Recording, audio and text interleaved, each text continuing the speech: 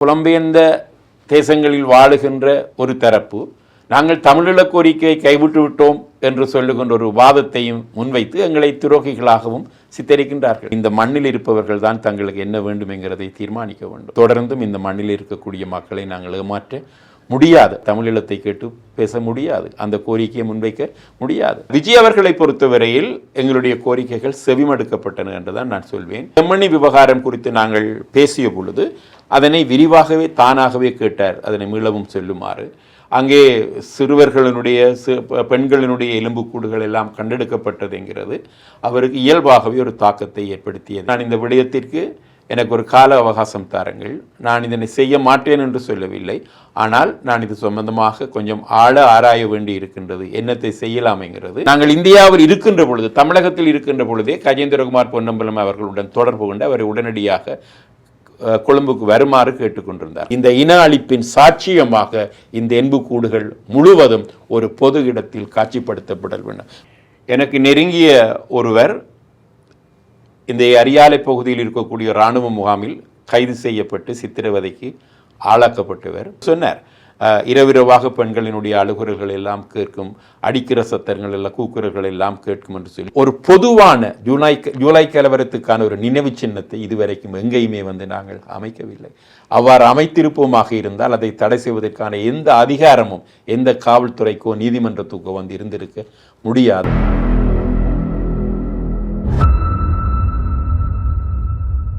Jaffna gallery நேயர்களுக்கு வணக்கம்.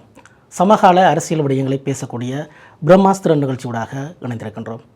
இந்த நிகழ்ச்சியில் இன்று நம்முடன் பேசுவதற்காக தமிழ் தேசிய பசுமை இயக்கத்தினுடைய தலைவரும் முன்னாள் வடமாகாண அமைச்சருமாகிய திரு பொன்னுத்துறை அங்கிரண்டேசன் அவர்கள் எங்களுடன் இணைந்திருக்கின்றார். அவரிடம் பேசலாம். வணக்கம் ஐயா. வணக்கம்.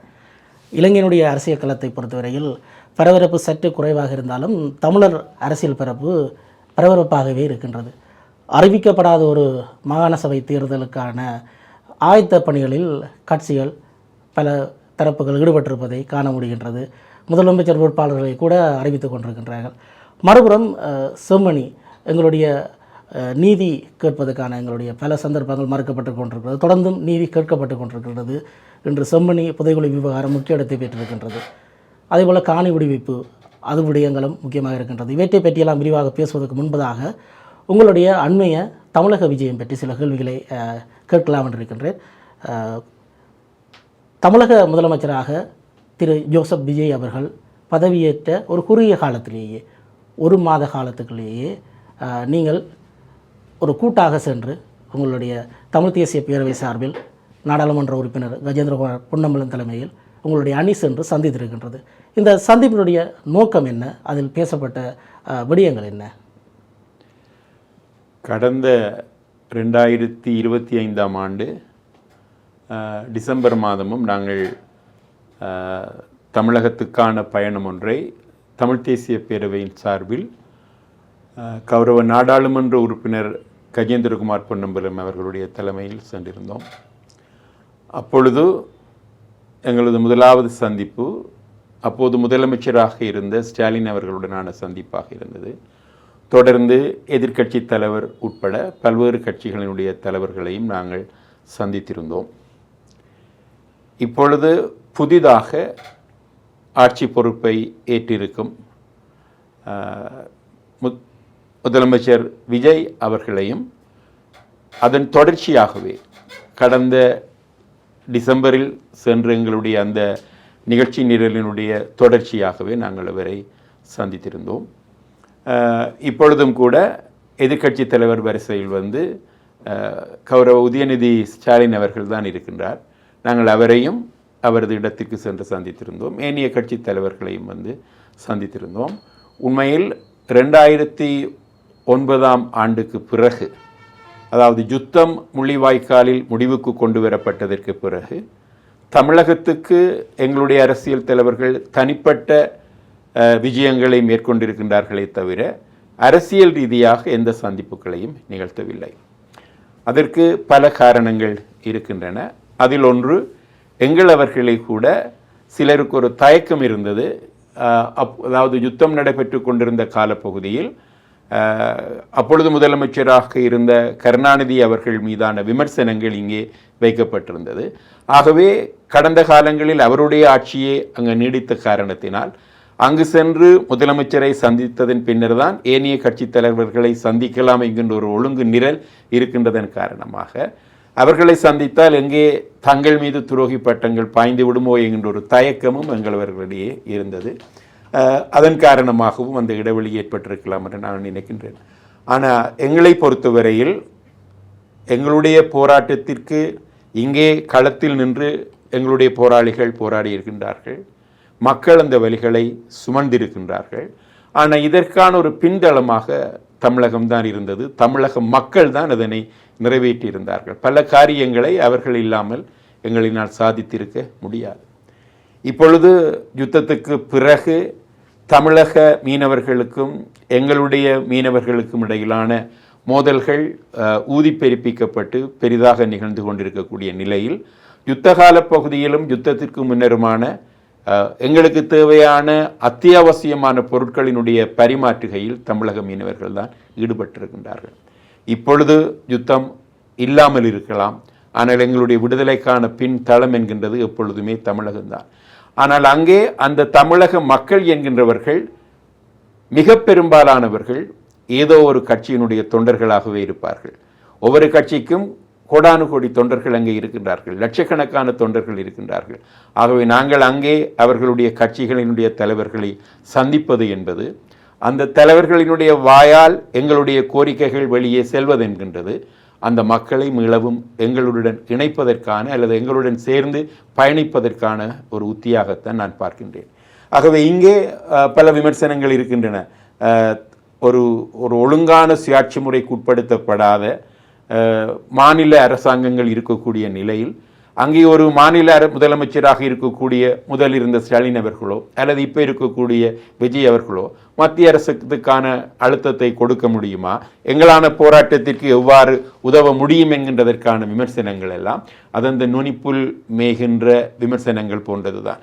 எங்களை பொறுத்தவரையில் அழுதாலும் நாங்கள் தான் குழந்தையை பெற வேண்டும் என்கின்றது போல அந்த போராட்டத்தை நடாத்த வேண்டியவர்கள் நாங்கள் தான். ஆனால் எங்களுக்கான ஒரு ஆதரவு தளமாக அந்த தமிழ்நாடு என்றைக்குமே இருந்து கொண்டிருக்கின்றது, இனியும் எங்களுக்கு இருக்கும். தமிழ்நாட்டினுடைய அல்லது இந்திய ஒன்றிய அரசுக்குட்பட்ட மாநில அரசாங்கங்களினுடைய அரசியல் ரீதியான ஒன்றிய அரசின் மீதான செல்வாக்கினுடைய எல்லைகள் எங்களுக்கு தெரியும். இந்திய அரசாங்கத்தினுடைய மத்திய அரசாங்கத்தினுடைய வெளிவிவகார கொள்கைகள் எவ்வாறு தீர்மானிக்கப்படுகின்றன என்கின்றதற்கான பட்டறிவும் எங்களுடைய அரசியல்வாதிகளுக்கு உண்டு. ஆனால் இதையும் தாண்டி தமிழகத்துடனான ஒரு நேசமான உறவை இப்பொழுது இருக்கக்கூடிய வணிக ரீதியான உறவு, மருத்துவ ரீதியான உறவு, கோயில்களுக்கு செல்லுகின்ற இந்த ஆன்மீக சுற்றுப்பயணங்களையும் தாண்டி அரசியல் ரீதியான உறவுகள் தொடர்புகள் தொடர்ந்து பேணப்பட வேண்டும் என்கின்றது எங்களுடைய ஆழமான நம்பிக்கையும் ஆழமான கருத்தும். அதன் அடிப்படையிலேயே இந்த சந்திப்புகள் நிகழ்ந்தன. நீங்கள் பார்த்த விமர்சனங்களில் இந்த விமர்சனத்தை பார்த்தீர்களா எனக்கு தெரியாது.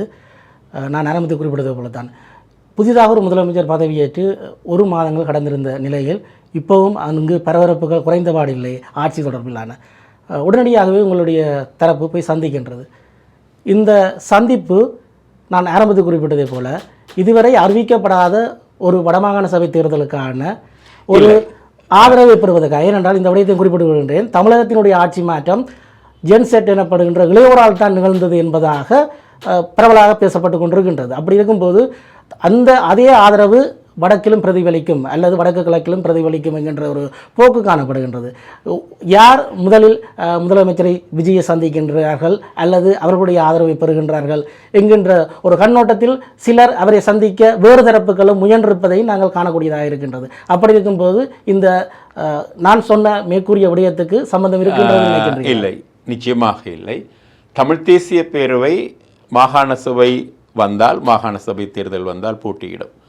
ஆனால் மாகாண சபை வையுங்கோ என்று சொல்லி நாங்கள் எந்த சந்தினில் நின்று அளவில்லை, எந்த போராட்டங்களையும் நிகழ்த்தவில்லை. ஆகவே நாங்கள் மாகாண சபை தேர்தலை இலக்கு வைத்துத்தான் தமிழக பயணத்தை மேற்கொண்டிருக்கின்றோம் என்கின்ற ஒரு கருத்து இருந்தால் அது நான் முற்றுமுழுதாக நிராகரிக்கின்றேன். காரணம், இந்தியாவினுடைய தமிழகத்தினுடைய தேர்தல் நடைபெறப் போகின்ற காலப்பகுதியில் தான் எங்களுடைய முதலாவது விஜயம் இருந்தது. காரணம், அந்த தேர்தல் அறிக்கைகளில் எங்களுடைய விஜயம் அல்லது எங்களுடைய கோரிக்கைகள் பேசுபொருளாக்கப்படல் வேண்டும் என்கின்றது நோக்கம். அது நிகழ்ந்தது. அப்போது முதலமைச்சராக இருந்த ஸ்டாலின் அவர்கள் இது தொடர்பாக மத்திய அரசாங்கத்துக்கு கடிதங்களை கூடி அனுப்பியிருந்தார். ஆகவே அது ஒரு பேசுபொருளாக வர வேண்டும் என்கின்ற ஒரு முயற்சி தான். அது 100% வெற்றி அளித்ததா இல்லையாங்கிறதெல்லாம் அவ்வாறான விடயம். முயற்சி எங்களுடையதாக கண்டிப்பாக இருக்க வேண்டும். இந்த விடயமும் கூட அவர் முதலமைச்சராக பதவியேற்ற உடனே தமிழ் தேசிய பேரவை அவருக்கான வாழ்த்து செய்தியை கூடி அனுப்பியிருந்தது. கயந்திரமார் அவர்கள், பொன்னம்பலம் அவர்கள் கையெழுத்திட்டு அதனை அனுப்பியிருந்தார். இந்த சந்திப்பு கூட நாங்கள் மாகாண சபையை பற்றி எந்த விதமான கோரிக்கைகள் தொடர்பாகவோ மாகாண சபை தேர்தலில் வெய்யுங்க என்பது தொடர்பாகவோ அங்கே எந்த அரசியல்வாதிகளிடம் கேட்டதில்லை. ஏனென்றால் மாகாண சபை தொடர்பான, உங்களுக்கு தெரியும், நான் மாகாண சபையில் இருந்த பொழுது எந்தெந்த வகையான சிரமங்களை எல்லாம் அனுபவித்தோம் என்று சொல்லி, அதெல்லாம் மாகாண சபையில் இருக்கக்கூடிய அதிகாரங்கள் தொடர்பான பிரச்சனைகள். அதாவது மாகாண சபைக்கு சொல்லுகிறார்கள், மத்திய அரசாங்கத்துக்கு நிரல் இருக்கு, மாகாண சபைக்கு நிரல் இருக்கு, ரெண்டுக்கும் சேர்ந்து ஒரு நிரல் இருக்கு. இவை எவற்றையுமே நாங்கள் அனுபவிக்கக்கூடிய நிலையில் மாகாண சபையை நிர்வகிப்பதற்கென கொண்டு வரப்பட்ட 13வது திருத்தச் சட்டம் இல்லை என்கிறது தான் அங்கே உண்மை. ஒன்றை நான் கேட்கின்றேன். எங்களுடைய பாராளுமன்ற தேர்தலுக்கான தேதி, ஒரு பாராளுமன்றத்தினுடைய அந்த ஆட்சி காலம் முடியுமாக இருந்தால் தேர்தலுக்கான தேதி உடனடியாகவே அறிவிக்கப்படும். தமிழகத்தில் சட்டமன்றத்துக்கான ஆயுட்காலம் முடிவடையுது என்று சொன்னால் தேர்தல் தேதி அறிவிக்கப்படுகின்றது. அந்த குறிக்கப்பட்ட காலப்பகுதிக்குள் தேர்தல் நடக்கும்.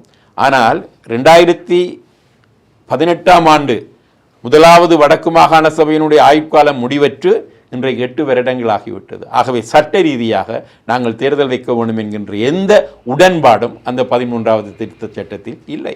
ஒரு சபையினுடைய ஆயுட்காலம் முடிந்தால் உண்மையில் அது ஒரு நேர்மையான முறையான ரீதியில் அந்த ஒப்பந்தம் செய்யப்பட்டிருக்குமாக இருந்தால் 2வது வடக்கு மாகாண சபையினுடைய ஆயுள் கூட இப்பொழுது முடிந்திருக்கும். 18 தொடங்கினா 23 முடிந்து 3வது அமர்வு கூட போயிருந்திருக்கலாம். ஆகவே இந்த மாகாண சபை என்கின்றது ஒற்றையாட்சி முறைமையின் கீழ் கொண்டு வரப்பட்ட அந்த சூழ்நிலையில் அதிகாரங்கள் பகிரப்பட முடியாது என்கிறது தான் அர்த்தம். அதனை விளங்காமல் பலரும் பல கனவுகளில் மாகாண சபை தேர்தலை வையுங்கள் வையுங்கள் வையுங்கள் என்று சொல்லி கூக்குரலிடுகிறார்கள். எங்களுடைய கோரிக்கை என்கின்றது, ஒரு அரசாங்கம் தெளிவாக சொல்லியிருக்கின்றது தான் புதிய ஒரு அரசியல் அமைப்பை கொண்டு வரப் போகிறேன் என்று சொல்லி. அந்த அரசியல் அமைப்பு மைத்திரி ரணில் கூட்டாட்சி காலத்தில் தயாரிக்கப்பட்டது. அதில் தமிழரசு கட்சியைச் சேர்ந்த திருவாளர் சுமந்திரன் அவர்களுக்கும் பங்கு இருந்திருக்கின்றது. அதனை அடியொற்றித்தான் அல்லது அதனைத்தான் இந்த புதிய அரசாங்கமும் கொண்டு வரவிருக்கின்றதாகத்தான் சொல்லப்படுகின்றது. இந்த புரிதலின் அடிப்படையில் தான் தமிழ் தேசிய பேரவை கடந்த 2025 மார்கழியில் தமிழகம் சென்ற போதும் தனது கோரிக்கைகளாக தமிழக தலைவர்களிடம் முன்வைத்திருந்தது. இப்பொழுதும் அதைத்தான் முன்வைத்திருந்தது. என்னை பொறுத்தவரையில் இங்கு இருக்கக்கூடிய தமிழ் தேசியம் பேசுகின்ற கட்சிகள் கூட இந்த கோரிக்கையை வலியுறுத்தி தீர வேண்டிய கட்டாயம் இருக்கின்றது. இவர்கள் எதுவுமே இல்லாத மாகாண சபை தேர்தலுக்கு முன்னுரிமை கொடுத்து அதனை வைக்க வேண்டும் என்கின்றதான் கேட்கின்றார்களே தவிர சும்மா பொதுவாக சொல்லுகிறார்கள் தமிழர்களுடைய இனப்பிரச்சனைக்கான தீர்வு வைக்கப்படல் வேண்டுமென்றால் அந்த தீர்வை அழுத்தி அவர்கள் இந்த இடத்தில் சொல்ல வேண்டும். இது பொருத்தமான காலப்பகுதிதான். அரசாங்கம் புதியொரு அரசியல் அமைப்பை கொண்டு வருவேன் என்று சொல்லி பல தடவை சொல்லுகின்றது, இப்பொழுதும் சொல்லிக் கொண்டிருக்கின்றது. ஆகவே அந்த தீர்வு என்ன என்கிறதை இந்த கட்சிகளும் வெளிப்படையாக இன்னும் சொல்லவில்லை. ஒரு பிரச்சனை இருக்கின்றது. வெளிப்படையாக சொன்னால் புலம்பெயர்ந்த தேசங்களில் வாழுகின்ற ஒரு தரப்பு நாங்கள் தமிழீழ கோரிக்கையை கைவிட்டு விட்டோம் என்று சொல்லுகின்ற ஒரு வாதத்தையும் முன்வைத்து எங்களை துரோகிகளாகவும் சித்தரிக்கின்றார்கள். எங்களுடைய தமிழ் தேசிய பேரவைக்கு கூட எங்களுடைய தமிழக விஜயத்தை முன்வைத்து அவ்வாறான விமர்சனங்களும் உண்டு. ஆனால் இந்த மண்ணில் இருப்பவர்கள் தான் தங்களுக்கு என்ன வேண்டும் என்கிறதை தீர்மானிக்க வேண்டும். அதற்கு புலம்பெயர்ந்த நாடுகளில் இருக்கிற மக்களுடைய பெரும் பங்களிப்பும் ஒத்துழைப்பும் தேவை. ஆகவே இங்கே கருத்தியல் ரீதியான புரிதல் இல்லாதது தான் இந்த விமர்சனங்களுக்கு காரணம். எங்கே அந்த முத்திரை தங்கள் மீதும் பதிந்து விடுமோங்கிற அச்சம் கூட சில வழி எங்களுடைய தமிழ் தலைவர்களுக்கு காரணமாக இருக்கலாம். ஆனால் தொடர்ந்தும் இந்த மண்ணில் இருக்கக்கூடிய மக்களை நாங்கள் ஏமாற்ற முடியாது. ஆகவே நாங்கள் இந்த இலங்கையிலிருந்து நாங்கள் பேசுகின்ற பொழுது அல்லது இங்கே இருக்கக்கூடிய ஒரு தமிழ் தேசிய கட்சியினுடைய பாராளுமன்ற உறுப்பினர் பாராளுமன்றத்தில் பேசுகின்ற பொழுது அவர் தமிழீழத்தை கேட்டு பேச முடியாது, அந்த கோரிக்கையை முன்வைக்க முடியாது. ஆகவே தான் எங்களை பொறுத்தவரையில் தமிழர்களினுடைய தாயகத்தை அங்கீகரித்து அதனை இறைமையுடைய ஒரு தேசமாக ஏற்றுக்கொண்டு சுயநிர்ணய உரிமையினுடைய அடிப்படையில் சமஷ்டி அல்லது கூட்டாட்சி தீர்வை நாங்கள் வலியுறுத்துகின்றோம். இப்பொழுது இந்த 6 கட்சிகள் சேர்ந்திருக்கின்றதாக சொல்லப்படுகின்ற ஒரு கூட்டு கூட எங்களை பொறுத்தவரையில் சந்தேகத்துடன் தான் நோக்கப்படுகின்றது. காரணம், அனுர அரசாங்கத்தை எதிர்ப்பதற்கான கூட்டாக வேணும் என்று சொன்னால் எடுத்துக்கொள்ளலாம். ஆனால் அது இருக்கக்கூடிய பலர் இதற்கு முற்பட்ட ஆட்சி காலங்களில் பல்வேறு அமைச்சர்களாக இருந்தவர்கள். அந்த அமைச்சர்களாக இருந்து தமிழ் மக்களுக்கான தீர்வு தொடர்பாக அல்லது தங்களுடைய இனம் சார்ந்தும் சிறுபான்மை மக்கள் என்கின்ற ரீதியில் ஏதாவது தீர்வுகளை முன்வைத்திருக்கின்றார்கள் என்று கேட்டால் இல்லை. ஆட்சியில் ஒட்டி கொண்டிருந்தவர்களாகவும் அந்த அமைச்சு பதவியை வைத்து சுகபோகம் அனுபவித்தவர்களாகவும் தான் இருக்கின்றார்கள். இங்கே நிச்சயமாக முஸ்லிம் மக்களை பிரதிநிதித்துவப்படுகின்ற கட்சிகள் இந்த சமஷ்டி கோரிக்கையை ஏற்கப் போவதில்லை. மலையகத்தில் இருக்கக்கூடிய கட்சிகள் இந்த கோரிக்கையை ஏற்கப் போவதில்லை. ஆகவே இவர்கள் எல்லாருமே சேர்ந்து அந்த செக்குமாடு சுத்துவது போன்ற இந்த ஒற்றையாட்சிக்குட்பட்ட சட்ட ரீதியாக நாங்கள் எதனையுமே நிறைவேற்ற முடியாத இந்த 13வது திருத்தச் சட்டத்தின் கீழ் நிர்வகிக்கப்படுகின்ற மாகாண சபை முறைமைக்குத்தான் இவர்கள் எல்லாருமாக சேர்ந்து ஆதரிக்க முடியும். ஆகவே இது ஒரு திட்டமிட்ட நிகழ்ச்சி நிரலாக இந்த சமஷ்டி என்கின்ற இந்த கோரிக்கை நிச்சயமாக ஒரு வலுவான கோரிக்கை. ஈழத்தமிழ் மக்களை பொறுத்தவரையில், இன்றைய கள யதார்த்தத்தை பொறுத்தவரையில் அதனை நீர்த்து போகச் செய்வதற்கான ஒரு மறைமுக கூட்டாக கூட அரசு தரப்பாலோ அல்லது புறதரப்பாலோ கூட இந்த கூட்டுகள் உருவாக்கப்பட்டிருக்கலாம் என்கிற சந்தேகம் எங்களுக்கு இருக்கின்றது. காரணம், தமிழ் தேசிய பேரவைக்கு இந்த கூட்டை உருவாக்கியவர்கள் அதில் கலந்து கொள்ளுமாறு கஜேந்திரகுமார் அவர்களுக்கு இதுவரைக்கும் உத்தியோகபூர்வமான எந்த அழைப்பையும் விடுக்கவில்லை. அவரும் தமிழ் மக்களை பிரதிநிதித்துவப்படுத்துகின்ற ஒரு பாராளுமன்ற உறுப்பினர், தமிழ் தேசிய பேரவை என்ற ஒரு அமைப்பை உருவாக்கி செயற்படுகின்ற ஒரு தலைவர். அவருக்கு எந்த விதமான அழைப்பும் இங்கே விடப்படாத இடத்து அந்த சந்தேகம் எங்களுக்கு வலுப்படுகின்றது. முதலமைச்சர் விஜயை நீங்கள் உடனடியாக போய் சந்திக்கின்றீர்கள். அதே நேரத்தில் முதலமைச்சர் வேட்பாளர் விஜயை நீங்கள் சந்திக்காமல் வருகின்றீர்கள். அதற்கு ஏதாவது பிரத்யேக காரணம் இருக்கின்றதா, அல்லது எல்லோரும் சொல்வது போல நீங்களும் கணிக்க தவறிவிட்டீர்களா? ஏனென்றால் கருத்து கணிப்புகள் எல்லாம் அவர் முதலமைச்சராக வர முடியாவிட்டாலும் கூட கணிசமான வாக்கை பெறுவார், இத்தனை பெர்சன்டேஜ் பெறுவார், முதலமைச்சராக வருவார் என்கிறது யாருடைய எதிர்பார்ப்பும் அல்ல. தமிழகத்திலே கூட அத்தகைய எதிர்பார்ப்பு இருக்கவில்லை. ஆனால் பொதுமக்களிடம் நாங்கள் பயணிக்கின்ற இடங்களில் அது ஒரு முச்சக்கர வண்டியாக இருக்கலாம் அல்லது போயிரதமாக இருக்கலாம், பொது போக்குவரத்தில் நாங்கள் ஈடுபடுகின்ற சந்தர்ப்பங்களில் மக்களிடம் பேசிய பொழுது அவர்கள் ஒரு மாற்றத்தை விரும்புகிறார்கள் என்கிறது மட்டும் தெரிந்தது. கணிசமான ஆசனங்களை அவர் எடுப்பார் என்கிறதும் இருந்தது. ஆனால் நீங்கள் கேட்பது போல எங்களை வேறு பலரும் கேட்டிருக்கின்றார்கள். நாங்கள் திட்டமிட்டு அவரை தவிர்த்ததாக நிச்சயமாக இல்லை. எங்களுடைய பயண திட்டமிடுதலுக்கு முன்னதாகவே கஜேந்திரகுமார் பொன்னம்பலம் அவர்கள் நாடு திரும்ப வேண்டிய சூழ்நிலை ஏற்பட்டது. நாங்கள் இந்தியாவில் இருக்கின்ற பொழுது, தமிழகத்தில் இருக்கின்ற பொழுதே கஜேந்திரகுமார் பொன்னம்பலம் அவர்களுடன் தொடர்பு கொண்டு அவரை உடனடியாக கொழும்புக்கு வருமாறு கேட்டுக்கொண்டிருந்தார்கள். ஆகவே அந்த சந்திப்புகளை நாங்கள் திட்டமிட்டவாறு தொடர்ந்து ஏனையவர்கள் சந்தித்திருக்கலாம். இப்ப தலைவர் வர வேண்டும் என்றிருந்தால் ஏனையவர்கள் சந்தித்திருக்கலாமே, விஜயை நீங்கள் ஒரு பொருட்டாகவே கருதவில்லையா? இல்லை, அப்படி அல்ல. எங்களுக்கான அந்த சந்திப்புக்கான திட்டமிடுதலுக்கான கால நேரம் என்னடா, நாங்கள் கயந்திரகுமார் அவர்கள் வெளிக்கிட்டதுக்கு பிறகு அவர் எப்பவுமே சென்னையில் இருப்பவரும் அல்ல, அவரும் சுற்றுப்பயணத்திலே தான் இருந்தார். ஆகவே விஜய் என்கின்றவர் சென்னையில் தங்கி இருப்பவர் அல்ல, அவரும் பல்வேறு இடங்களுக்கு பயணம் மேற்கொண்டிருந்த வகையில் அதற்கான கால அவகாசம் எங்களுக்கு இல்லாமல் போனது. நாங்கள் கடந்த முறை எதிர்க்கட்சி தலைவராக அப்பொழுது இருந்த அதிமுகவினுடைய தலைவரை நாங்கள் சந்தித்தோம். எடப்பாடி பழனிசாமி அவர்களது இல்லத்தில் சென்று சந்தித்தோம். அதே மாதிரி பிஜேபியினுடைய தமிழ் மாநில தலைவரை சந்தித்தோம். ராமதாஸ் அவர்களுடைய புதல்வன் அன்புமணி அவர்களை சந்தித்திருந்தோம். ஆனால் இந்த சந்திப்பில் நாங்கள் அவர்களை தவிர்க்க வேண்டிய நிலை ஏற்பட்டது. காரணம், அவர்கள் எல்லாருமே சென்னைக்கு வெளியே வெவ்வேறு மாவட்டங்களில் அவர்களுடைய அரசியல் பணிகள் நிமித்தம் தங்கியிருந்தார்கள். அன்புமணி அவர்கள் ஒரு நதிநீர் பிரச்சனை தொடர்பான ஒரு சுற்றுப்பயணத்தில் இருந்தார். ஆகவே அவர்களுக்கு நாங்கள் சந்திப்பதற்கான கால அவகாசம் எங்களிடம் இருக்கவில்லை. ஆனால் அவர்களும் அதனை தவறாக எடுத்துக்கொள்ள மாட்டார்கள் என்றால் அவர்களுக்கும் தெரியும், அவர்களாலும் எங்களை சந்திப்பதற்கான நேரத்தை ஒதுக்க முடியாத சூழ்நிலை. ஆகவே நாங்கள் ஒரு தடவை ஒரு வாரம் அல்லது 5 நாள் திட்டமிட்டு பயணிக்கின்ற பொழுது அந்த நாட்களுக்கு இடையில் எல்லாரையுமே சந்திக்க முடியாது. அதே நேரம் முதலமைச்சர் அவர்களை சந்திக்காமல் ஏனைய கட்சி தலைவர்களை சந்திக்கின்றது என்கின்றது அந்த புரோட்டோகால் என்று சொல்லுகிறார்கள். அந்த முறைமைக்கு அது தவறானதாகவே பார்க்கப்படும். அங்கே மற்ற கட்சிகள் தலைவர் கூட அதைத்தான் சொல்லுவார்கள், முதலமைச்சரை சந்தித்து விட்டு வாரது பொருத்தமாக இருக்கும் என்று சொல்லுவார்கள். ஆகவே அந்த முதலமைச்சரை சந்திப்பதற்கான ஒரு கால அவகாசம் தேவை. அதற்கு பிறகு ஏனையவர்களிடம் அதற்கு பிறகுதான் அந்த நேரத்தை கூட எங்களினால் ஒதுக்க முடியும். ஆகவே அது அவ்வாறான திட்டமிடுதலில் இருக்கக்கூடிய பிரச்சனைகளை தவிர திட்டமிட்டு தவிர்த்தது அல்ல. தமிழக முதலமைச்சருக்கும் உங்களுக்குமான அந்த சந்திப்பு வரக்கூடிய 30 நிமிடங்கள் வரை நீடித்ததாக நாங்கள் அறிந்தோம். அப்படி இருக்கும்போது நீங்கள் பல தரப்பையும் சந்தித்திருக்கின்றீர்கள், இலங்கையிலிருந்தும் பல அரசியல் தலைவர்களை சந்தித்திருக்கின்றீர்கள். அவருடைய அணுகுமுறை இலங்கை தமிழர் பிரச்சனை தொடர்பில் அல்லது அவர் பேசும் விடயங்கள் எல்லாம் உங்களுக்கு அவருடைய ஒரு அரசியல் ரீதியாக ஒரு புதிதாக சினிமாவிலிருந்து வந்தவர் என்கின்ற ரீதியில் அவருடைய அணுகுமுறை எப்படி இருந்தது உங்களுக்கு? ஒன்று, அவர் ஒரு சினிமா நடிகராக இருந்து வாரார். எம்ஜிஆரும் திரைத்துறையில் இருந்து தமிழக முதல்வரானவர். ஆனால் எம்ஜிஆரினுடைய வருகைக்கும் விஜய் அவர்களுடைய வருகைக்கும் வேறுபாடு இருக்கின்றது. எம்ஜிஆரினுடைய பயணமே அரசியல் பயணம். நீண்ட நெடுங்காலமாக அவர் திராவிட முன்னேற்ற கழகத்தில் பயணித்தொருவர். அவர் திமுகவிலிருந்து பிரிந்து ஆட்சி அமைக்கின்ற பொழுது அனுபவம் வாய்ந்த பழுத்த தலைவர்கள் பலரும் அவர் பின்னால் வந்தார்கள். நெடுஞ்செழியன் கூட பின்னால் தான் வந்தார். பல்வேறு எல்லா அமைச்சர்களுமே அங்கிருந்து தான் வந்தார்கள். ஆனால் விஜய் அவர்களை பொறுத்தவரையில் அவர் மட்டுமல்ல, அவரது அமைச்சரவையிலுமே பலரும் புதிதானவர்கள் தான். இதில் கௌரவ செங்கோட்டையன் அவர்களுக்கு நிறைந்த அனுபவம் இருக்கின்றது. அவர் எம்ஜிஆர் அவர்களுடன் கூட அமைச்சரவையில் இருந்தவர், ஜெயலலிதாவுடன் பயணித்தவர். ஆகவே அவருக்கு அந்த அனுபவம் இருக்கின்றது.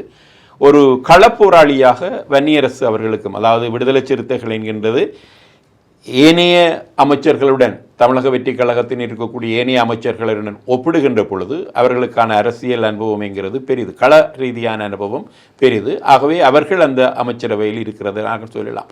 ஆனால் விஜய் அவர்களை பொறுத்தவரையில் எங்களுடைய கோரிக்கைகள் செவிமடுக்கப்பட்டன என்றுதான் நான் சொல்வேன். அவருடைய இயல்பான சில குணாம்சங்கள் இருக்கின்றன. அவர் எதையுமே நிதானமாகவே பார்ப்பார். எல்லாவற்றுக்குமே எதிர்வினையாற்ற வேண்டும் என்கின்ற ஒரு துடிப்புடன் இருப்பவர் அல்ல. ஆகவே நாங்கள் சொல்லுகின்ற எல்லா விடயங்களையும் கேட்டுக்கொண்டிருந்தார். 2-3 இடங்களில், அதாவது செம்மணி விவகாரம் குறித்து நாங்கள் பேசிய பொழுது அதனை விரிவாகவே தானாகவே கேட்டார், அதனை மீளவும் சொல்லுமாறு. அங்கே சிறுவர்களினுடைய பெண்களினுடைய எலும்புக்கூடுகள் எல்லாம் கண்டெடுக்கப்பட்டது என்கிறது அவருக்கு இயல்பாகவே ஒரு தாக்கத்தை ஏற்படுத்தியது. ஏனென்றால் அவருடைய சினிமா பயணத்தில் கூட அவருக்கான அந்த வட்டம் என்கின்றது இளவயது சிறுவர் சிறுமிகள் உட்பட இளம் பெண்களும் அதிகமாக இருப்பார்கள். அவருக்கும் அவர்கள் மீதான ஒரு பிரியம் எப்பொழுதும் இருந்திருக்கின்றது. ஆகவே அந்த செம்மணி விவகாரத்தில் அந்த எங்களுடைய சிறுவர்கள் சிறுமிகள் பள்ளிக்கூட மாணவர்கள் அந்த புத்தக பைகள் கண்டெடுக்கப்பட்ட விவகாரம் இல்லாமல் சொல்லுகின்ற பொழுது அவருக்கு அதில் தாக்கத்தை ஏற்படுத்தியது. தான் கண்டிப்பாக அது தொடர்பாக பேசுவேன் என்று சொன்னார். மீனவர் விவகாரம் தொடர்பாக நாங்கள் சுட்டிக்காட்டிய பொழுது எங்களினால் வைக்கப்பட்டது 2 தரப்பையும் ஒரு மேடையில் சந்திக்க வைத்து பேசுவது. அதனை அவர் வாய் திறந்து சொன்னார், நல்ல விடயம், நான் செய்வேன் என்று சொல்லி. அரசியல் ரீதியான விடயங்களுக்கு நான் இந்த விடயத்திற்கு எனக்கு ஒரு கால அவகாசம் தாருங்கள், நான் இதனை செய்ய மாட்டேன் என்று சொல்லவில்லை. ஆனால் நான் இது சம்பந்தமாக கொஞ்சம் ஆழ ஆராய வேண்டி இருக்கின்றது, என்னத்தை செய்யலாம்ங்கிறது தன்னுடைய அதிகாரிகள் குழுவிடம் சேர்ந்து நான் இது தொடர்பாக ஆராய்ந்துவிட்டு பதில் இருக்கின்றேன். தொடர்ச்சியாக நாங்கள் உரையாடுவோம் என்கின்றதுடன் அந்த சந்திப்பு நிறைவு பெற்றது. இந்த கேள்வியை நான் உங்களிடம் கேட்க வேண்டும் என்று இந்த விவாதத்தை யாரும் பார்த்து கொண்டிருந்தால் நிச்சயமாக நினைப்பார்கள். அதை இறுதியாக கேட்டுக்கொள்கின்றேன். இந்த இந்திய விஜயம் தொடர்பில் ஒரு 10 வருடங்களுக்கு முன்னர் எடுத்து பார்த்தால் ஒரு விஜயினுடைய படத்துக்கு ஆதரவான ஒரு போராட்டம், அதில் நீங்கள் கதைத்த விடயம். அப்படியே 10 வருடம் கழித்து பார்த்தால் முதலமைச்சர் விஜயினுடைய பக்கத்தில் நீங்கள் நிற்கின்றீர்கள். இது அரசியல் ரீதியாக நீங்கள் 2 காலப்பகுதியில் செய்த விடயங்கள் சரி, அதில் பிழை சொல்வதற்கு எதுவும் இல்லை. ஆனால் அப்படியான விடயம் திடீரென்று வைரலாகும் போது எப்படி இருக்கின்றது? இல்லை, எங்களை பொறுத்தவரையில் நாங்கள் ஒரு விடயம் செய்கின்ற பொழுது அதை இதய சுத்தியாக சரி என்று சொல்லி நாம் செய்வோமாக இருந்தால் அதை ஏற்று எந்த சலனமும் எந்த காலத்திலும் எங்களுக்கு ஏற்படாது.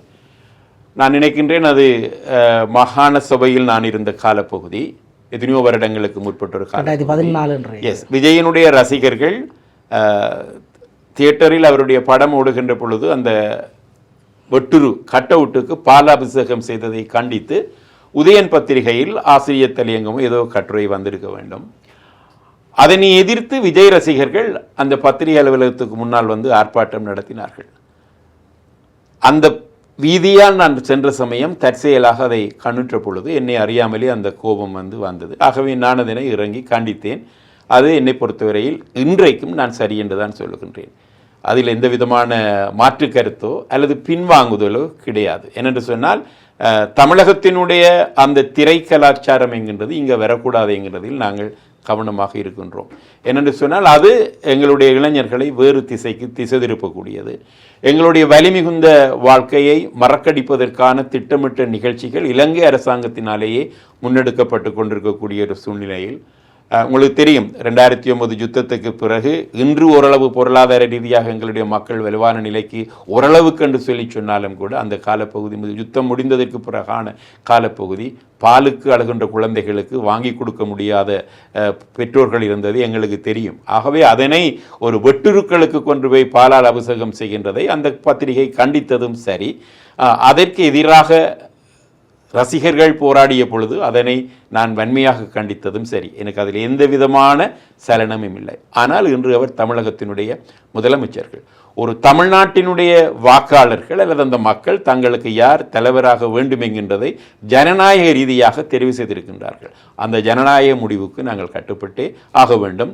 முதலமைச்சராக அவரை நாங்கள் சந்தித்தே ஆக வேண்டும். ஆகவே எந்த விதமான குழப்பமும் இல்லாமலேயே தான் அந்த சந்திப்பை நாங்கள் மேற்கொண்டோம். நிச்சயமாக அந்த உளவுத்துறை அவருக்கும் இந்த பிரதிகளை அனுப்பி வைத்திருக்கும் என்கிறது எங்களுக்கு தெரியும். ஆனால் அவரும் மிக கௌரவமாகவே அந்த இடத்தில் நடந்து கொண்டார். ஏனென்றால் நாங்கள் அங்கே போகின்றோம் என்கின்ற உடனேயே அவை பழையபடி சமூக வலைத்தளங்களில் அந்த மீளவுமே அந்த துண்டு பகிரப்பட்டிருந்தது. ஆனால் அதில் மிகவும் நாங்கள் தெளிவாகத்தான் நான் இருக்கின்றேன். எந்த பின்வாங்குதலும் எனக்கு அதில் இல்லை. ஏன்னா அந்த நேரம் அது நடந்து கொண்டது சரி.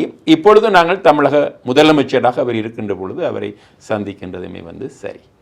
அடுத்து சமகால விவகாரங்களில் இந்த செம்மணி புதைகுழி விவகாரம் கிட்டத்தட்ட 3 கட்டங்களாக இப்பொழுது 3ஆம் கட்ட அகழ்வு நடைபெற்று கொண்டிருக்கின்றது.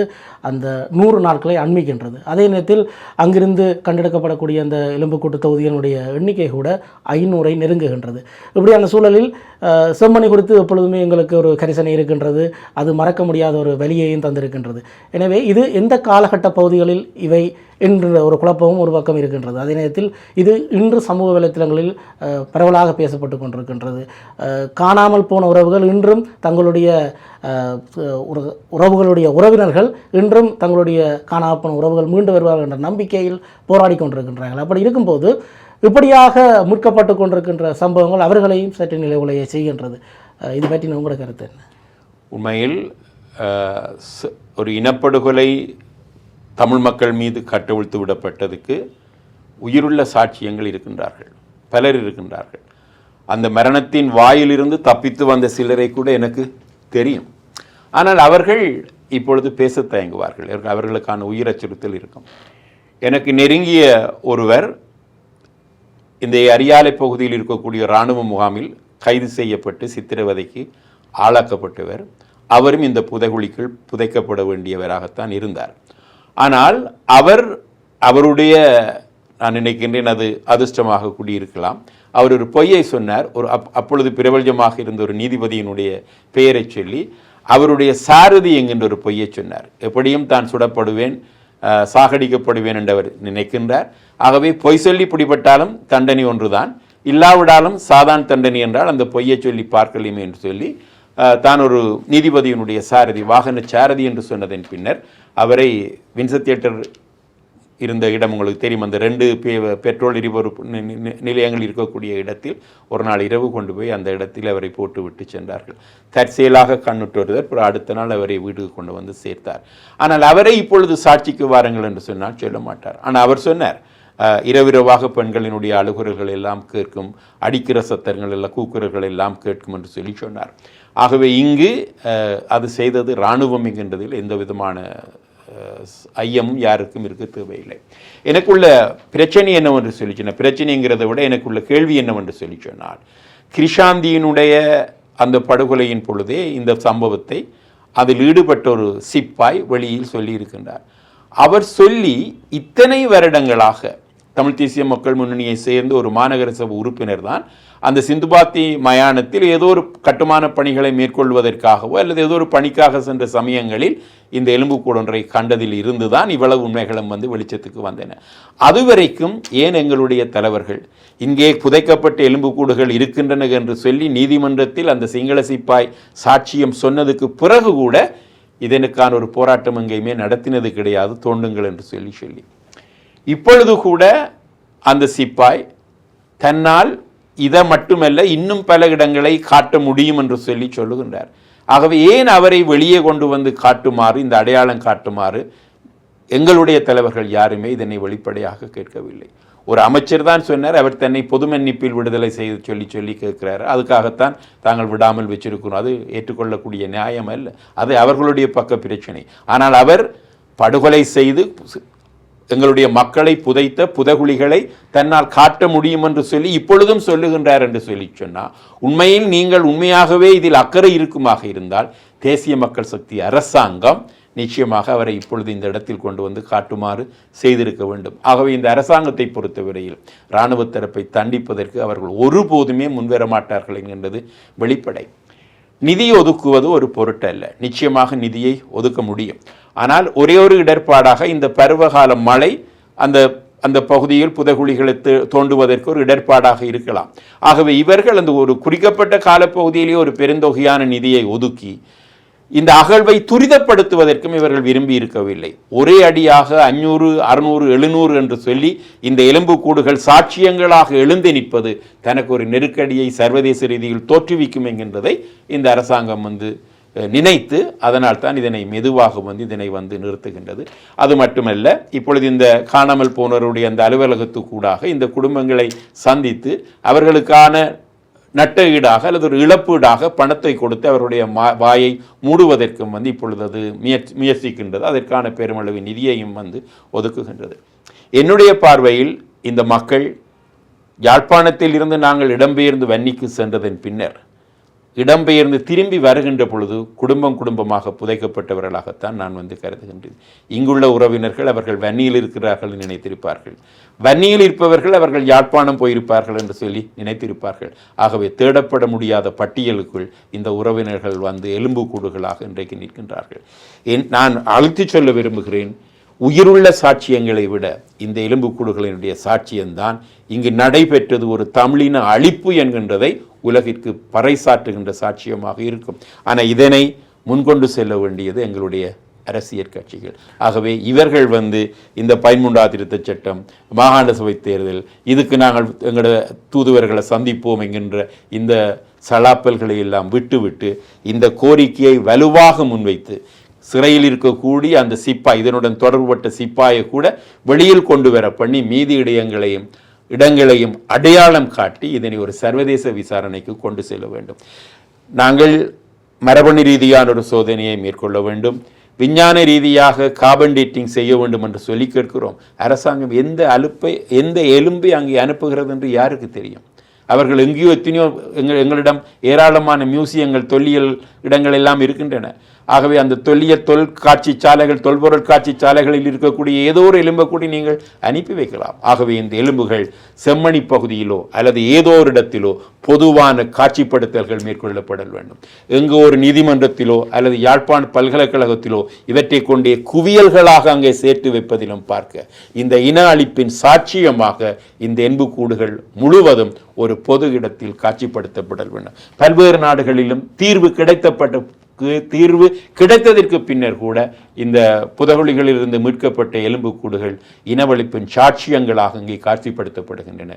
இங்கும் இது பொது இடத்தில் வைக்கப்பட வேண்டும் என்கிறதுதான் என்னுடைய கருத்து. சர்வதேசத்தினுடைய தமிழர் மீதான கரிசனை சமகாலங்களில் குறைந்ததாகவோ அல்லது பெரிய அளவில் பேசப்படாமல் இருப்பதாகவோ தெரிகிறது ஒரு பக்கம். மறுபக்கம் இந்த செம்மணி புதைகுழியை ஐரோப்பிய ஒன்றியத்தினுடைய பிரதிநிதிகள் பார்த்திருக்கின்றார்கள். அதன்போது காணாமலாக்கப்பட்டவர்களுடைய உறவினர்கள் அவர்களை சந்தித்திருக்கின்றார்கள். சந்தித்த போது அவர்கள் உறவுகளுக்கு கூறிய பதிலாக இருக்கின்றது, இது விடயத்தில் எங்களால் பெரியளவு முயற்சி செய்ய முடியாவிட்டாலும் நாங்கள் சிலரின் கவனத்துக்கு கொண்டு வருகின்றோம் என்று நேரடியாக அந்த பாதிக்கப்பட்ட மக்களிடமே அந்த ஐரோப்பிய ஒன்றிய பிரதிநிதிகள் இந்த விடயங்களை தெரிவித்திருக்கின்றார்கள். இது மேலும் இந்த சர்வதேச விசாரணை அல்லது எங்களுக்கு சர்வதேச நீதியை பெற்றுத்தரும் என்று இயங்குகின்ற பாதிக்கப்பட்ட தரப்புக்கு ஒரு பின்னடைவாகவோ அல்லது அவநம்பிக்கை ஏற்படுத்துவதாகத்தான் இருக்கின்றது.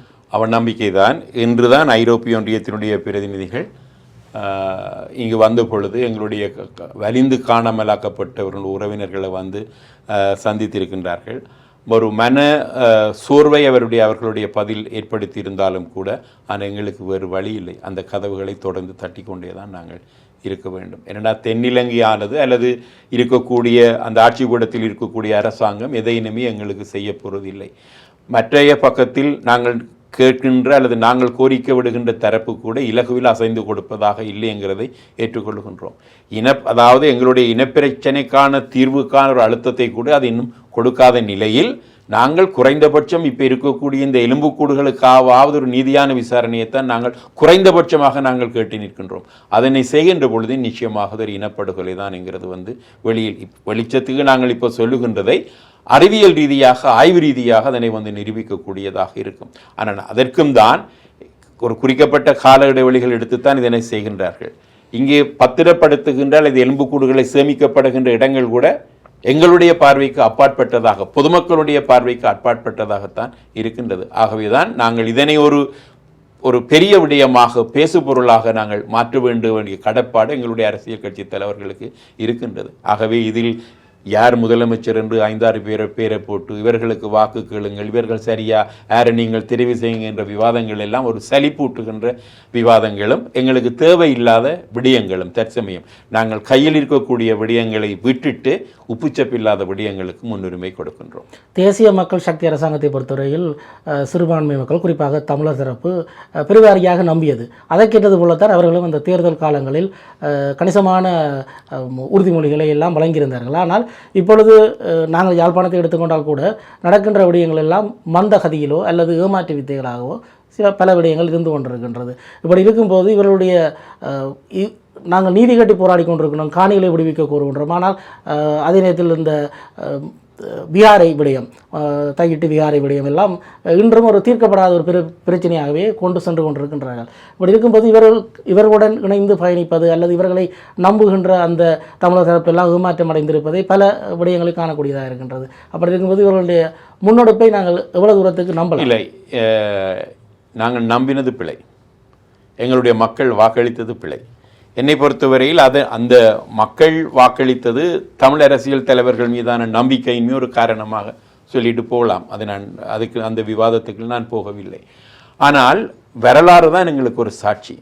அதாவது தமிழ் மக்களினுடைய தேசிய இனப்பிரச்சனை தொடர்பாக ஜேவிபியினுடைய நிலைப்பாடு என்ன என்கின்ற கேள்வி யாராலும் முன்வைக்கப்படவில்லை.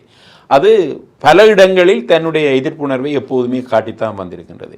இலங்கை இந்திய ஒப்பந்தத்தை தன்னுடைய இந்திய எதிர்ப்பின் காரணமாக தமிழ் மக்கள் மீதான ஒரு இனத்துவசமாகவே அது காட்டி வந்திருக்கின்றது.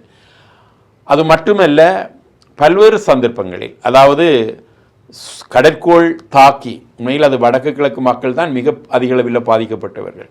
அதற்கான ஒரு நிர்வாக கட்டமைப்பை சந்திரிகா குமாரதுங்கா ஜனாதிபதியாக இருந்த காலப்பத்தில் பகுதியில் கொண்டு வரப்பட்ட பொழுது அந்த நிதி வழங்கிய, நன்கொடையாக வழங்கிய நாடுகள் அல்லது அமைப்புகள் இதில் விடுதலை புலிகளையும் இணைத்துச் சொல்வதற்கு கேட்ட பொழுது அதனை எதிர்த்து அந்த ஒப்பந்தத்தை குழப்பியவர்களே இதே ஜேவிபியினர் தான். வடக்கு கிழக்கை நிர்வாக ரீதியாக நீதிமன்றம் சென்று துண்டாடியதும் இவர்கள்தான். ஆகவே இவை ஒரு வரலாற்றினுடைய கசப்பான பக்கங்களாக ஜேவிபியினுடைய தமிழர் தொடர்பான, தமிழ் அரசியல் தீர்வு தொடர்பான நிலைப்பாடுகளாக இருக்கின்ற பொழுது நாங்கள் வாக்களித்திருக்கின்றோம். நாங்கள் வாக்களித்திருக்கின்றோம் என்கிறதுக்கான காரணம் ஒன்று, தென்னிலங்கையில் நடைபெற்ற அறகலிய போராட்டத்தினுடைய நீட்சி. அவர்கள் அதனை ஒரு மக்கள் திரண்டு போராடினார்கள் என்கின்றது உண்மையே தவிர அது மக்களாக திரண்டு போராடினார்கள் என்கின்றது அல்ல. அது ஒரு ரத்தம் சிந்தாத ஒரு போராட்டத்தை மேற்கு நாடுகள் அங்கே முன்னெடுத்தன. எவ்வாறு அமெரிக்கா ஈராக்கில் அல்லது ஈரானில் போன்ற நாடுகளில் ஆயுத ரீதியான போராட்டங்களை முன்னெடுத்ததோ அல்லது போரை தொடுத்ததோ, இன்னும் பல நாடுகளில் மக்களாகவே கிளர்ந்தெழ வைத்து அந்த மக்களின் மூலம் தனக்கு சார்பான பொம்மை ஆட்சியை நிறுவிய வரலாறு கண்முன்னே இருந்திருக்கின்றன. ஆகவே இலங்கையிலும் சீனாவினுடைய சார்பு நிலையை அதீதமாக ராஜபக்ச சகோதரர்கள் எடுத்த பொழுது அவர்களை வீட்டுக்கு அனுப்ப வேண்டிய தேவை அமெரிக்காவுக்கோ அல்லது பிற நாடுகளுக்கோ இருந்தன. அவையினால் தூண்டப்பட்ட, அவர்களினால் நிதியூட்டப்பட்ட, அவர்களினால் அனுசரணை வழங்கப்பட்ட போராட்டம் தான் அறகலிய போராட்டம். அது தன்னெழுச்சியான மக்கள் போராட்டமாக இருந்திருந்தால் ரணில் அங்கே நிச்சயமாக ஜனாதிபதியாக அங்கே வந்திருப்பதற்கான வாய்ப்பு இல்லை. ஆகவே அதனுடன் அந்த ஆட்சி மாற்றம் போய்விட்டது. அங்கே அதனை மிக தந்திரமாக கையகப்படுத்தி கொண்டது ஜேவிபி. ஆகவே அந்த அறகலிய போராட்டத்தினுடைய விளைவை தனதாக்கி கொண்ட நிலையில்தான் எங்களுடைய மக்களும் அதனுடைய நீட்சியாக இங்கே ஜேவிபி ஆதரிக்க தலைப்பட்டார்கள். அதற்கு அப்பால் நான் இன்னொன்று சொல்லலாம். தமிழ் தேசிய விடுதலை போராட்டம் ஆயுத ரீதியான போராட்டமாக பரிணமிப்பதற்கு முன்னர் கம்யூனிஸ்ட் கட்சிகளின் பால் நாட்டம் ஈழத்தமிழர்களுக்கு இருந்தது என்கிறதை நாங்கள் ஏற்றுக்கொள்ளுவோம். எங்களுடைய தமிழ் அரசு கட்சிகள் அப்பொழுது இவர்களுக்கு பெரிதாக எந்த விதமான ஒரு அனுசரணையான போராட்டங்களை பாரிய அளவுக்கு முன்னெடுக்கவில்லை. கம்யூனிஸ்ட் கட்சிகள் அதனை முன்னெடுத்திருந்தன. அனுர அரசாங்கம் அல்லது இந்த ஜேவிபியினுடைய இன்னொரு முகமுடியாக இருக்கக்கூடிய இந்த தேசிய மக்கள் சக்தியை கம்யூனிஸ்டுகளாக எங்களுடைய தலைவர் இங்கே இருக்கக்கூடிய மக்களும் வந்து ஒரு சாரார் நம்பினார்கள். ஆகவே அந்த நம்பிக்கையும் தான் இவர்களை அங்கே வாக்களிக்க வைத்தது. ஆனால் இவர்கள் தங்களை ஒரு அரைகுறை கால் கம்யூனிஸ்டுகளாக சொன்னாலும் கூட இவர்களுக்குள் ஏனைய கட்சிகளை போன்ற பேரினவாதம் இவர்களிடமும் உறைந்திருக்கின்றது என்கிறதான் உண்மை. ஆகவே எங்களுடைய இனப்பிரச்சனையை பொறுத்தவரையில் தமிழ் மக்களுடைய தேசிய இனப்பிரச்சனையினுடைய தீர்வாகும் இவர்கள் பேரினவாத கண்கொண்டுதான் அதனை தொடர்ந்து அணுகுவார்கள் என்கின்றதுதான் எங்கள் எல்லோருடைய கணிப்பும் அவ்வாறு தான் நிகழ்ந்து கொண்டிருக்கின்றது. இப்பொழுது வாக்களித்த மக்கள் வந்து அதனை நன்றாக உணர்ந்து கொண்டிருப்பார்கள். ஜேவிபியானது தேசிய மக்கள் சக்தியாக மாறியதன் பின்பதாக இந்த எலெக்ஷனில் வெற்றி பெறும் வரை தேர்தலில் தமிழர் தரப்போடு தான் பல இடங்களில் சேர்ந்து இயங்கி இருக்கின்றார்கள். அதே நேரத்தில் தமிழர் அரசியல் தலைவர்களுடன் தான் அவர்களும் பல மேடைகளில் இருந்து அன்றைய ஆட்சியாளர்களுக்கு எதிராக எல்லாம் முழக்கமிட்டிருக்கின்றார்கள். ஆனால் அவர்கள் வந்த முதலாவது கேள்வியினுடைய தொடர்ச்சி தான் இதுவும். அவர்கள் வந்தால் எங்களுக்கு பல விடயங்களில் தீர்வு கிடைக்கும் என்று நினைத்தவர்கள் இப்பொழுது ஜூலை மாதம் ஒரு முக்கியமான மாதத்தில் நாங்கள் நின்று கொண்டிருக்கின்றோம். இந்த ஜூலை மாதத்தினுடைய இந்த 83 ஆரம்பங்கள், அந்த கலவரங்களினுடைய ஆரம்பங்கள், குட்டிமணி தங்குதுரை என்கின்ற அந்த விடயங்கள் எல்லாம் இப்பொழுது அவர்களுக்காக சிலை அமைக்கின்ற முயற்சி எடுக்கப்பட்ட போது அது இப்பொழுது போலீசார் மூலம் இடைக்கால தடை வந்திருக்கின்றது. அப்படி ஒரு நினைவு சின்னம் அமைப்பதாக இருக்கலாம். இந்த அரசாங்கம் நான் ஏற்கனவே குறிப்பிட்டதான் பதில். இவர்கள் பேரினவாதிகள் தான், எந்த விதமான மாற்று கருத்துக்கும் இடமில்லை. எங்களுடைய ஒரு இளைய தலைமுறையில் ஒரு நம்பிக்கை இருந்தது என்று சொன்னால் இவர்களையும் ஒரு போராளி இயக்கமாக பார்த்தார்கள். அதாவது ஜேவிபி என்கிறது ரோகண விஜயவீராவின் தலைமையின் கீழ் தென்னிலங்கையில் முன்னெடுக்கப்பட்ட ஆயுத போராட்டத்தை பார்த்தார்கள். அவர்களும் வாய்க்கு வாய் நீங்களும் போராடினீர்கள் நாங்களும் போராடினோம் என்று சொன்னதைத்தான் மேடைகளில் வந்து சொன்னார்கள். வல்வெட்டித்துறையில் நின்று பிரபாகரனுக்கு சிலை அமைப்போம் என்று கூட சொன்னார்கள். அதனை நம்பின ஒரு கூட்டமும் எங்களிடம் இருந்தது. ஆனால் நாங்கள் நம்பவில்லை. அந்த மக்களிடம் ஒரு சாரார் வந்து அதனை செய்தார்கள். இந்த இடத்தில் நான் ஒன்றை அழுத்தி சொல்ல விரும்புகின்றேன். ஏனைய கட்சி பிரபாகரன் அவர்களை தவிர ஏனைய கட்சிகளினுடைய தலைவர்களுக்கு வவுனியாவில் சிலை இருக்கின்றன, ஆயுத ரீதியாக போராட்டத்தை முன்னெடுத்தவர்கள். ஆகவே அந்த வகையில் குட்டிமணி அவர்களுக்கோ தங்கத்துறைக்கோ சிலை வைப்பதில் எந்த தவறும் இல்லை. ஆகவே அவர்கள் டிலோவினுடைய தலைவர்கள் தான். ஆகவே அந்த தலைவர்கள் அந்த கட்சிகள் ஜனநாயக ரீதியாக திரும்பிய கட்சியாக சொல்லிக் கொண்டிருக்கிறார்கள். ஆயுதங்களை கைவிட்டு வந்தவர்கள் என்று சொல்லுகிறார்கள். ஆகவே பத்மநாபாவுக்கு சிலை வைக்கலாம் என்று சொல்லி சொன்னால், உமாமகேஸ்வரனுக்கு சிலை வைக்கலாம் என்று சொல்லி சொன்னால், இங்கே குட்டிமணிக்கும் தங்குத்துறைக்கும் சிலை வைக்கலாம். இந்த இடத்தில் நான் ஒன்று சொல்ல விரும்புகிறேன் என்று சொல்லி சொன்னால், வரலாற்றை நாங்கள் நினைவுகளாக எங்களுடைய அடுத்த சந்ததிக்கு கடத்தியாக வேண்டும். நாங்கள் என்றைக்கு இதை மறக்கிறோமோ அன்றைக்கு நாங்கள் வரலாற்றின் அடிமைகளாக வந்து மாறிவிடுவோம். இந்த 1983 நடந்த ஜூலை கலவரம் 40 வருடங்களையும் இங்கால் தாண்டி விட்டது, அப்படித்தானே? ஆகவே இந்த கடந்த நிலையில் வந்து நாங்கள் அந்த ஒரு பொதுவான ஜூலை கலவரத்துக்கான ஒரு நினைவு சின்னத்தை இதுவரைக்கும் எங்கேயுமே வந்து நாங்கள் அமைக்கவில்லை.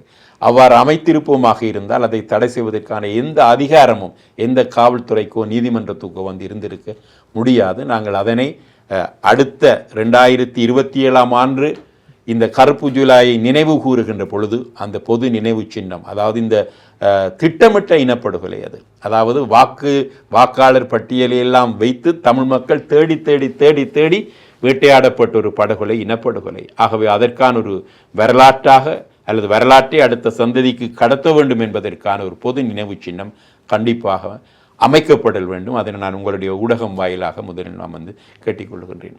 அது வெறுமனே ஒரு இன அழிப்பு மட்டுமல்ல, கொழும்பின் தலைநகரில், அதாவது தலைநகரில், இலங்கையின் தலைநகரில் தமிழ் மக்கள் பொருளாதார ரீதியாக கூட ஆதிக்கம் பெற்றிருந்தார்கள். அவர்களுடைய ஆதிக்கத்தை அடியோடு துவம்சம் செய்ய வேண்டும் என்கின்ற நோக்கில்தான் பெரும் பெரும் வணிக நிறுவனங்கள் எல்லாமே எரித்தளிக்கப்பட்டன. ஒன்றை நாங்கள் அப்பொழுது உணர்ந்து கொள்ள வேண்டியிருந்தது. அந்த இன அழிப்புக்கு பிறகு, கலவரத்துக்கு பிறகு அங்கிருக்கக்கூடிய தமிழ் மக்களை கப்பலில் ஏற்றி இலங்காராணியில் ஏற்றி யாழ்ப்பாணத்துக்குத்தான் அனுப்பி வைத்தார்கள். ஆகவே தென்னிலங்கை அல்ல, தமிழ் மக்களினுடைய தாயகம் வடக்கும் கிழக்கும் தான். தாயகத்தில் தான் இந்த தமிழ் மக்களுக்கான பாதுகாப்பு உண்டு என்கின்றதையும் அந்த இன அழிப்பு அல்லது இனக்கலவரம் தான் எங்களுக்கு ஏற்படுத்தி சென்றது.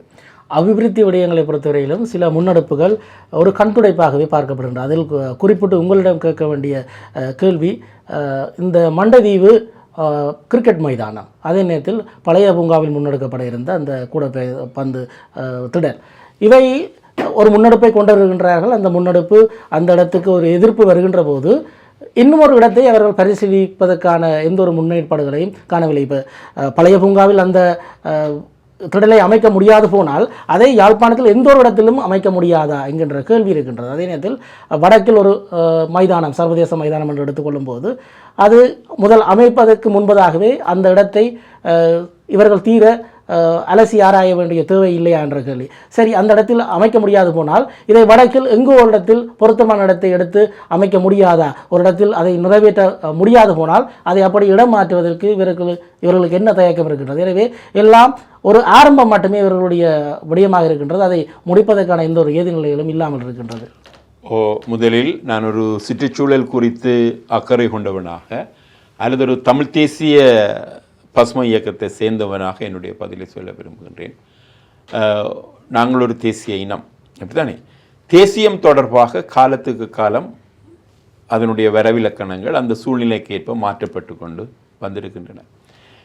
இங்கே தேசியம் என்கின்றது எங்களுடைய தற்போதைய அரசியல் கள சூழ்நிலையில் ஏதோ அரசியல்வாதிகளுக்குரிய ஒரு சொத்து என்கிறது மாதிரியும், அவர்கள் தேர்தல் காலங்களில் தங்களுக்கு இந்த வாக்குகளை வசீகரிப்பதற்கான ஒரு மந்திர சொல்லாகவும் தான் இந்த நேஷனலிசம், தேசியம் என்கின்ற சொல்லை பயன்படுத்துகிறார்கள். ஆனால் அந்த தேசியம் ஆரிடம் இருக்கின்றது என்றால் மக்களிடம்தான் இருக்கின்றது. அதாவது நாங்கள் பாரம்பரியமாக வாழ்ந்து கொண்டிருக்கக்கூடிய ஒரு நிலப்பரப்பு, எங்களுக்கு எல்லாருக்குமான ஒரு பொது மொழி, எங்கள் எல்லோரையும் இணைப்பதற்கான பண்பாடு, இதை உணரக்கூடிய எங்களுக்கு ஒரு இயல்பு, அந்த ஆன்மா தான் நாங்கள் தேசியம் என்று சொல்கிறோம். ஆனால் இப்பொழுது சர்வதேச ரீதியாக அல்லது ஒரு பூகோள ரீதியாக எங்களுடைய இருப்பை கேள்விக்குள்ளாக்குகின்ற ஒரு விஷயமாக காலநிலை மாற்றம் உருவெடுத்து வருகின்றது.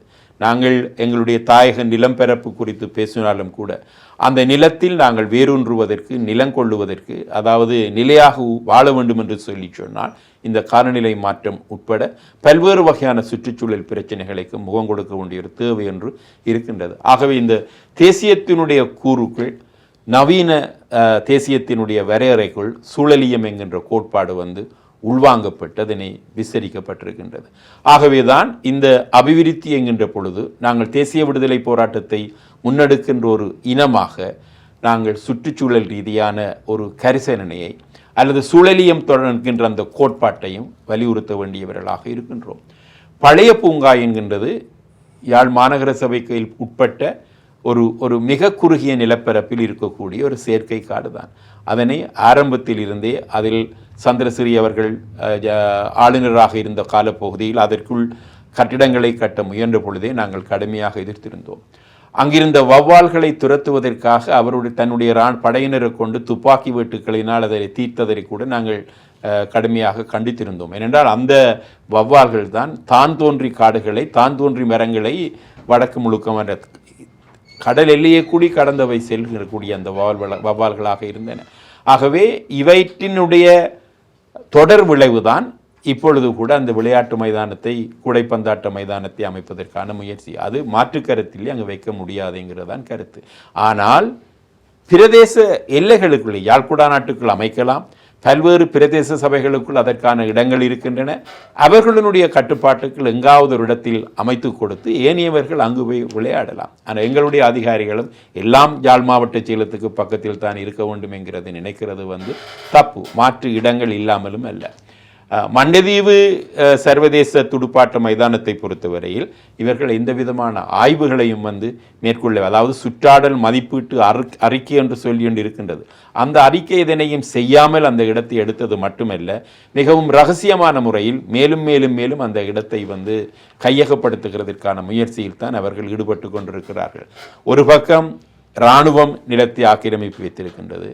யுத்தத்திற்கு பிறகு எங்களது நிலம் எங்களுக்கு வேண்டும் என்கின்ற ஒரு கோரிக்கை மக்களிடமிருந்து வெளிப்பட்டு அது ஒரு சர்வதேச ரீதியாக அந்த குரல் போன பொழுது தவிர்க்க முடியாமல் காணிகளை விடுவித்த இராணுவம் அல்லது அரசாங்கம் இன்னும் விடாமல் மிக பெரும் நிலப்பரப்பை வைத்துக் கொண்டிருக்கின்றது. ஆனால் விடுவித்த நிலப்பரப்புக்கு மேலாக பன்மடங்கு நிலத்தை வன வள திணைக்களம், ஃபாரஸ்ட் டிபார்ட்மெண்ட், வன ஜீவராசிகள் திணைக்களம், வைல்ட் லைஃப், தொல்லியல் திணைக்களம், இந்த திணைக்களங்களுக்கு ஊடாக கையகப்படுத்தி வைத்திருக்கின்றது. காக்கா குருவி உட்காராத மன்னாரில் இருக்கக்கூடிய பல இடங்களை அது தேசிய வனவிலங்கு காப்பகங்களாக அறிவித்திருக்கின்றது. சுண்டிக்குழி பறவைகள் சரணாலயத்தை தேசிய பூங்காவாக்க பொதுமக்களுடைய வயநிலங்கள், வணக்கத்தலங்கள், பாடசாலைகள் உட்பட்ட நிலங்களை விழுங்கியது விஸ்தரித்திருக்கின்றது. இது உண்மையில் ஒரு சூழலியல் ஏகாதிபத்தியம்தான். கண்ணுக்கு தெரியாமல் பச்சை உருமறைப்பை செய்து கொண்டு நிகழ்த்துகின்ற ஒரு யுத்தம். இப்போ நாங்கள் அரசாங்கத்தில் நாங்கள் இதை விடுவீங்க என்று சொன்னால் அவர்கள் சொல்லுவார்கள், நாங்கள் காட்டை விரிவாக்க நினைக்கின்றோம், காட்டுப்பிறப்பை கூட்ட நினைக்கின்றோம், தமிழ் மக்கள் எதிர்க்கிறார்கள் என்று. அதாவது சர்வதேசம் எப்படி இதனை கண்டிக்க முடியாதோ அந்த வகையான உத்திகளுக்கு இந்த நில அபகரிப்பை மேற்கொள்ளுகின்றார்கள். ஆகவே என்னை பொறுத்தவரையில் நாங்கள் மண்டதீவு பொருத்தமில்லை அல்லது பழைய பூங்காவில் இது பொருத்தமில்லை என்றால் யாழ்குடா நாட்டில் ஏராளமான இடங்கள் இருக்கின்றன. ஆனால் ஒரு மைதானம் யாழ்குடா நாட்டுக்குத்தான் கொண்டு வரப்பட வேண்டும் என்ற அவசியம் இல்லை. தமிழர் தாயகத்தை நீங்கள் கிளிநொச்சியோ மன்னாரோ வேறு மாவட்டங்களில் ஒரு மைதானத்தை நிறுவலாம். ஆக அதையும் நாங்கள் யாழ்ப்பாணத்துக்குத்தான் கொண்டு வருவோம் என்கிறது அது யாழ் மையவாதத்தினுடைய கருத்தை இன்னும் தூண்டி விடுவதாகத்தான் இருக்கும். தமிழர் தாயக பரப்பில் பொருத்தமான இடங்கள் இருக்கின்றன. இவர்கள் காலை வெட்டி செருப்பு தயாரிக்க வேண்டும் என்று நினைக்கிறார்களே தவிர செருப்புக்கு காலுக்கேற்ற செருப்பை இவர்கள் தருவதற்கு தயாராக இல்லை.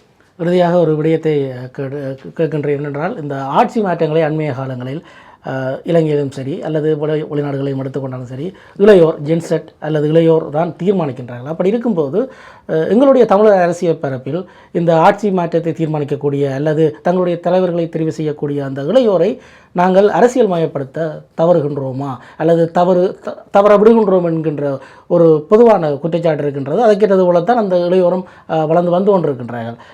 அது பற்றி உங்கள் கருத்து ஏனென்றால் கட்சிகள் தங்களுக்குள் மோதிக்கொள்வதாகவும் ஒரு கட்சிக்குள்ளேயே தலைவர்கள் மோதிக்கொள்வதாகமான போக்குத்தான் அண்மைய காலங்களில் காணப்படுகின்றது. நீங்கள் ஆரம்பத்தில் சொன்னது போல தான் தமிழ் தலைவர்கள் மீது ஒரு நம்பிக்கையற்ற ரீதியில் தான் இந்த தேசிய மக்கள் சக்தியில் கூட தெரிவு செய்திருந்தார்கள் உறுப்பினர்களை. அப்படி இருக்கும்போது இது இப்படியே தான் செல்ல போகின்றதா? இதை ஒரு செல்நெறிப்படுத்துவதற்கான முன்னெடுப்புகள் இல்லையா? இதில் இளைய தலைமுறை நிச்சயமாக அரசியலில் பங்கெடுக்க வேண்டும். அதில் எந்த விதமான மாற்று கருத்துக்கும் இல்லை. ஆனால் அரசியலில் பங்கெடுப்பதாயின் அவர்கள் அரசியல் மேம்படுத்தப்பட வேண்டும். வெறுமனே முகநூல்களில் கிடைக்கின்ற கவர்ச்சி அல்ல அதில் இருக்கக்கூடிய ஒரு பிம்பம், அப்படி கட்டமைக்கப்படுகின்ற பிம்பங்கள் நிலையான ஆட்சியை கொண்டு வர முடியாது. கட்சிகள் தங்களுக்கு இருக்கக்கூடிய இளைஞர் அமைப்புகளை வலுப்படுத்த வேண்டும். பொதுமக்கள் கட்சிகள் சாராத இளைஞர்கள் இருக்கிறார்கள். எல்லோருமே கட்சிகளுக்கு வர வேண்டும் என்ற அவசியம் இல்லை. ஆகவே அந்த இளைஞர்களுக்கு சமகால அரசியல் தொடர்பான கருத்தரங்குகளை நடத்த வேண்டும், விழிப்புணர்வுகளை நடத்த வேண்டும். அவ்வாறான ஒரு விழிப்புணர்வு ஊட்டப்பட்ட இளைய சமுதாயம் நிச்சயமாக அரசியலுக்கு பொருத்தமானது. அதனை எங்களுடைய தலைவர்கள் செய்ய தயங்குகிறார்கள், செய்கிறார்கள் என்கிறது தான் அதற்கான பொருள். காரணம் இங்கே அப்படித்தான். கதிரை ஆசை என்று சொல்லி ஒன்று வந்துவிட்டால் சாகும் வரைக்கும் அந்த கதிரையில் இருக்க வேண்டும் என்று சொல்லித்தான் ஆசைப்படுகிறார்கள். சம்பந்தர் ஐயா தள்ளாத வயதிலும் எதிர்க்கட்சி தலைவராகவே இருக்க ஆசைப்பட்டார். என்னை பொறுத்தவரையில் அவர் எதிர்க்கட்சி தலைவராக இருந்தாலும் அவருடைய பிற்பட்ட காலம் என்கிறது தமிழ் மக்களுக்கு எதனையுமே தராத ஒரு காலப்பகுதியாகத்தான் இருந்தது. ஆகவே அரசியல் தலைவர்கள் தான் இதற்கான பொறுப்பை சுமக்க வேண்டியவர்கள். இளைய தலைமுறை தவறான ஒரு அரசியல் தெரிவை கொள்ளாதபடிக்கு தமிழ் தேசிய நிலைப்பாட்டை, எங்களுடைய போரினுடைய நியாயப்பாடுகளை, வன்னியினுடைய குண்டு சத்தம் கேட்காத தலைமுறை தான் இன்றைக்கு இருக்கக்கூடிய தலைமுறை. ஆகவே அந்த தலைமுறைக்கு போரின் வலியை அனுபவிக்காத ஒரு தலைமுறை. ஆகவே இந்த போராட்டத்தினுடைய நியாயப்பாடுகளை சொல்லி அவர்களை வழிநடத்தி அரசியல் மயப்படுத்தினா அவர்களும் நிச்சயமாக பொறுப்புடன் இந்த பதவிக்கு வரக்கூடியவர்களாகத்தான் இருப்பார்கள். நன்றி ஐயா. இந்த சந்தர்ப்பத்தில் எங்களுடன் இணைந்து கொண்டு சமகால அரசியல் விடயங்கள் தொடர்பில் கேட்ட கேள்விகளுக்கு பொறுமையாக பதில் அளித்தீர்கள். நன்றி. ஜாழ்கலர் நேயர்களுக்கு வணக்கம். மீண்டும் மற்றும் ஒரு நேர்காணலில் சந்திக்கலாம். விடைபெறுகின்றேன். வணக்கம்.